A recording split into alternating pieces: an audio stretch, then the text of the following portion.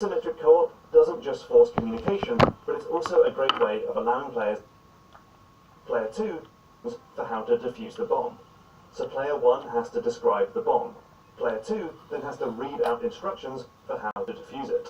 And player 1 has to listen closely and follow those instructions. Literally the only way to play together is to communicate. And if you don't... Asymmetric co-op doesn't just force communication, but it's also a great way of allowing players of different skill levels to play together. This is something Nintendo has been doing a lot lately, with games like Super Mario Galaxy, where one player controls Mario and basically just plays the game like usual, and another can join in with a much easier role as a floating cursor, picking up star bits and stunning enemies.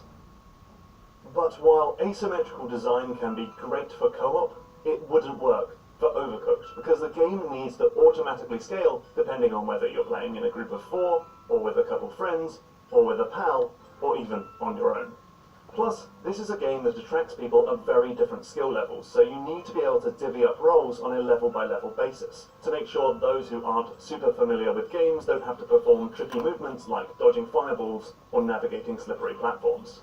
So in this game, all chefs have the exact same abilities and the exact same information, and each player is perfectly capable of preparing and delivering a meal completely on their own, with the only communication being, "I'll make the burger." But that's not how Overcooked ends up being played. Why? Well, in this case, it's because of the level design. From the very first stage of Overcooked 1, we can see that the design of the kitchen, with this long island in the middle, makes it very tedious to get from the onions, to the chopping station, to the pot, to the conveyor belt.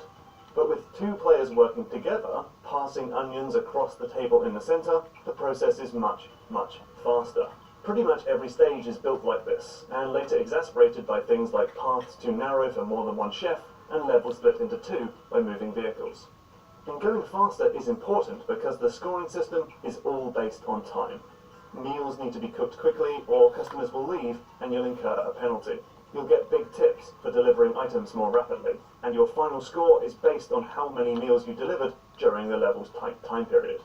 So the level design and the needs of the scoring system quite quickly splits players into distinct and asymmetric roles.